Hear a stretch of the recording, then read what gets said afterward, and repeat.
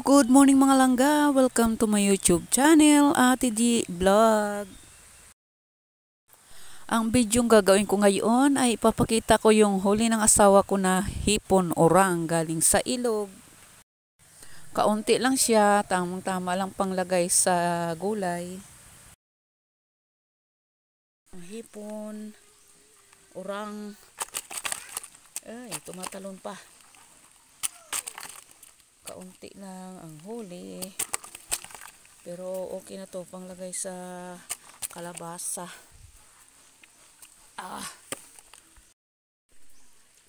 Ayan mga langga, ang hipon orang galing sa ilog.